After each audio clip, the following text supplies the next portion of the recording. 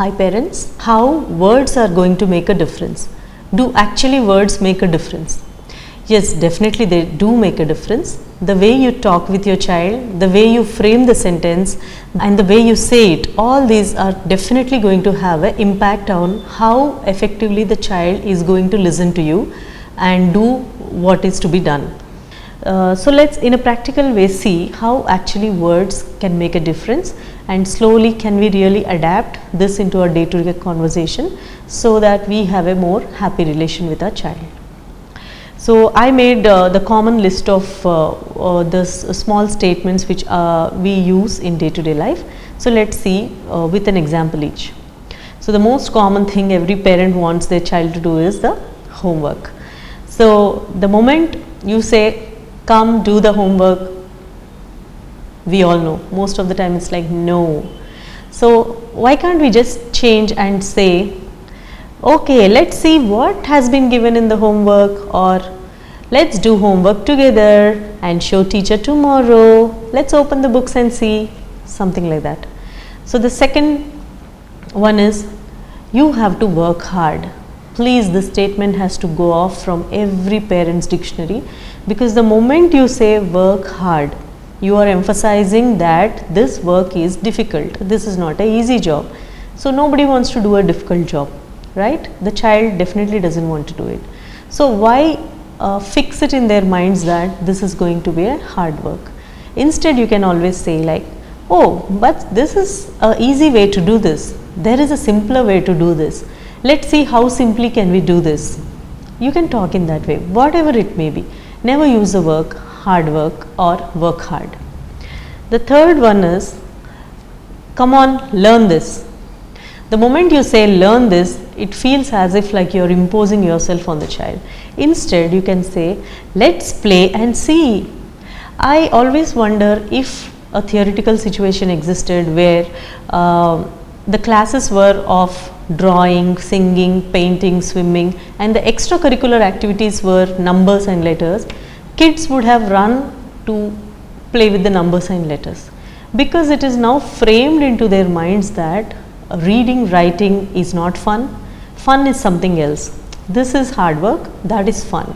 So let's not use the word learn, we can always say let's play with numbers, let's play with alphabets, what's wrong?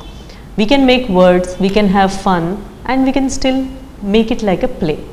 So try to use this word play. Let's play with the numbers, let's play with addition, let's play with the words, let's play with the sentence making, something like that. Next most common word used is test. Let me test, or there is a test. Nobody likes tests, at least most of us don't like tests. The anxiety that is associated with test is huge. So let's replace the test word with let's find out, or let's quiz each other and see. I'll ask you one question, you can ask me one question, let's see and let's find out. So that's more of like a turn taking activity, so the child is less pressurized. You can give like, okay, what's 2 plus 4? He writes some answer. Okay, now it's your turn. You can ask me one question. Let him ask. Let him also be a quiz master at times. And the next word is the most common word used, listen. Why don't you listen? Or listen please, attention. Please stop this, because definitely they will be listening to this, but the reason why they are not focusing is they are not interested in it. So let's not say listen and order them, let's say but what's this, can you tell me what's this, something like that, so that they are more enthusiastic to talk rather than listen. Let them talk, let them not just be passive listeners. Next is finish it fast. First finish and then go, or finish then you can play. So this word finish before the activity is completed is also little difficult for the child to accept. Better is that oh only 2 more. You can ask like how many left, how many left, only 2, okay, do it fast, we can go and play now, something like that, so that they are like yes just 2 more. Yeah, so that's one way. The next common sentence phrase I hear is write neatly. Why don't you write neatly? Can't you write more neatly?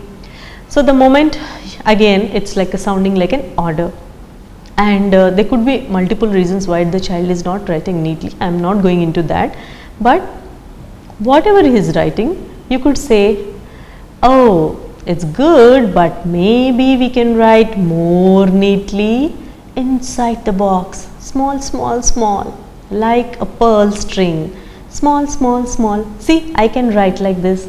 Can you write like mommy?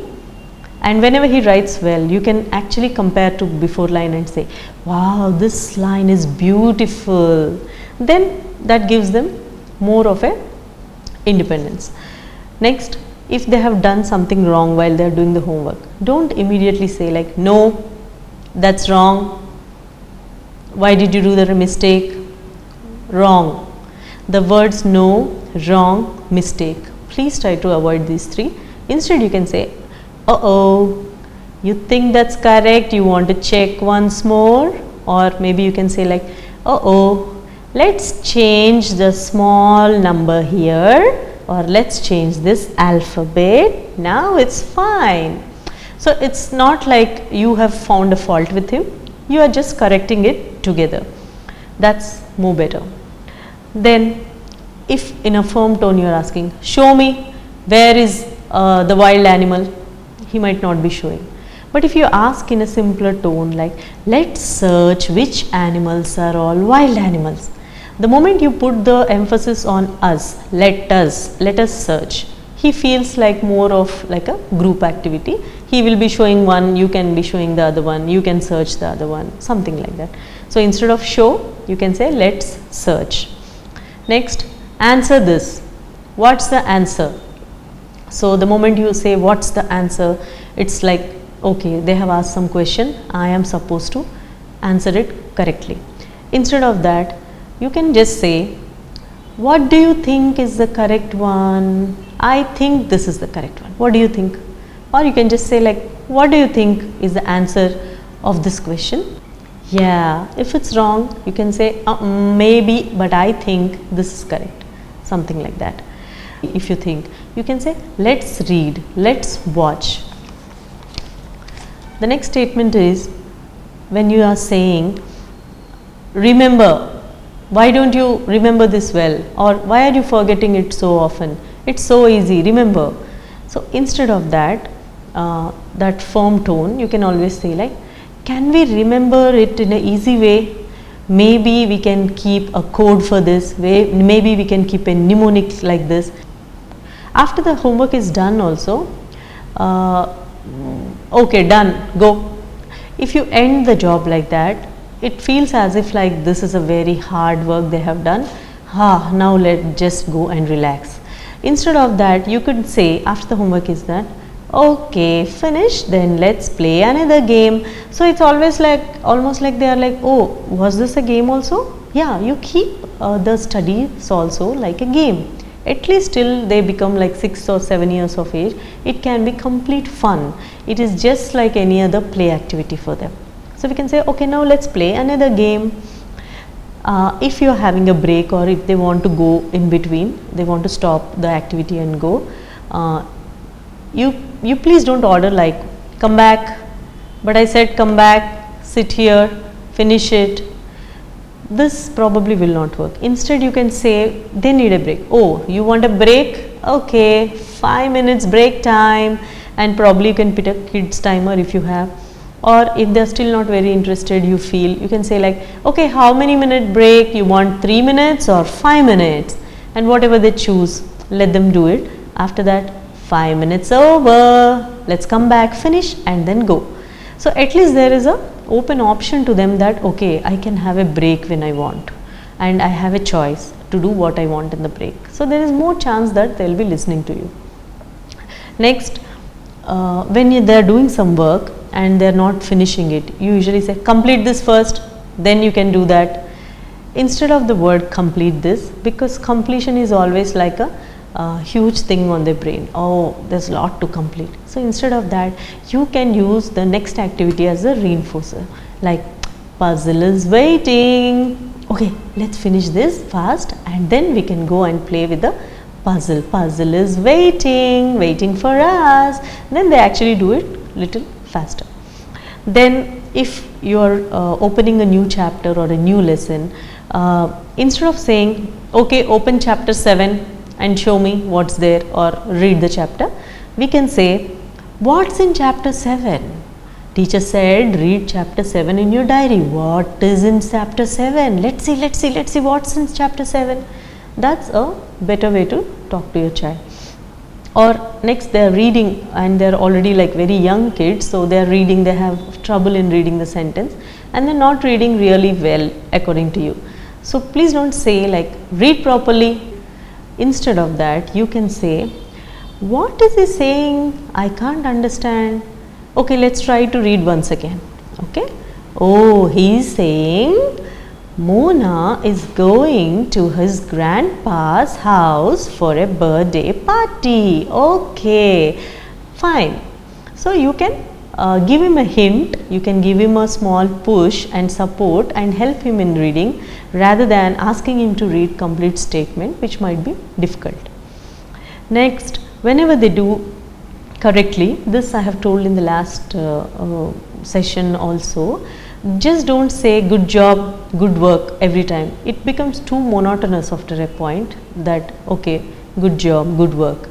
Instead, exactly tell them what they did correct. If they have written additions correctly, maybe you can say, you have added the numbers today without using your fingers. Wow, so you are becoming a big girl.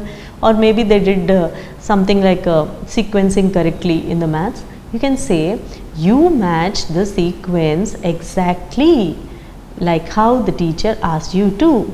That way you can communicate to them that what exactly they did had a huge effect on you also. So you are communicating it back to them.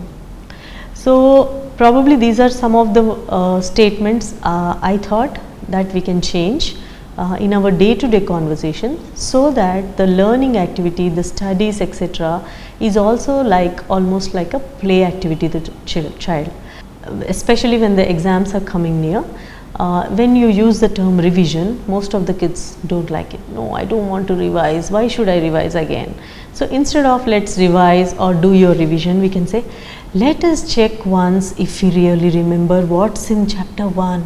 Maybe we forgot. Let's check. So that way you can tell them that forgetting is also fine, forgetting is okay, and to cross check whether we forgot or not, we are just trying to revise. Next, whenever they are doing something good, like I said, always use different good phrases to encourage them. Like once you can say like, oh, that's excellent, if they have really done it excellently. If it is a simpler job and they did it pretty well, you can say, wow, good going, or something like amazing, awesome. I don't think a 5-year kid would do this, but you did it. That's great. Or who taught you this? How did you do this? That's cool. Or did you do it on your own? Wow, amazing. We were never taught in our school at such young age. But how did you choose the color? It's so pretty. Did anybody tell you? Or it's your own idea? Wow. So something like differently for every job rather than okay, good job, nice, good work. So it becomes monotonous over a period of time. So I hope this session was useful to you. Let's meet with another session next time.